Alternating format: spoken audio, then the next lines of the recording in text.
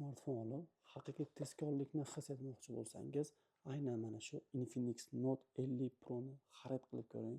X9B 5G atiga $162 evaziga professional tablet, islomiy rangda, o'ta idealniy smartfon.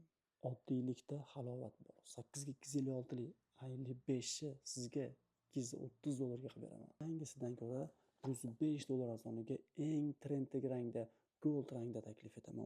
12256 420 telefonni $315 evaziga taklif etaman. Ultrani oddiysi emas, Dubai varianti. Oddiysi emas 16 ga 512 talik rangi qora emas, navy blue rangda. Qarang smartfonlarni ikkalasi ham noyob.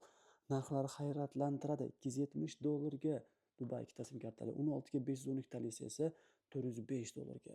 Smartfonlarni rangi o'zi noyob bo'ladi. X7A+ smartfonda faqat bo'lsa jihozlari bo'lishi mumkin. Narxi $78 dan. Galaxy S20 Plusni $185 ga qimmat smartfonni arzonga olishning ham imkoni bor bizda. $79 evaziga sizga Redmi 12 taklif etamiz 8 ga 256 lisidan. Bo'lsa-chi, shu telefonni $100 ham sotganmiz. Bugun esa chegirma narxda $78 evaziga. Smartfonni olgan zahotingiz ilk daqiqalardayoq premiumlikni his etasiz. 8 ga 128 talik Lite modellaridagi sinchkovlik bilan tanlangan. $165 ga 13 Lite. Fonda urinib ketganini ham kizdan arzon olishning imkoni yo'q deb bilardim, lekin bu imkoni bor narsa ekan.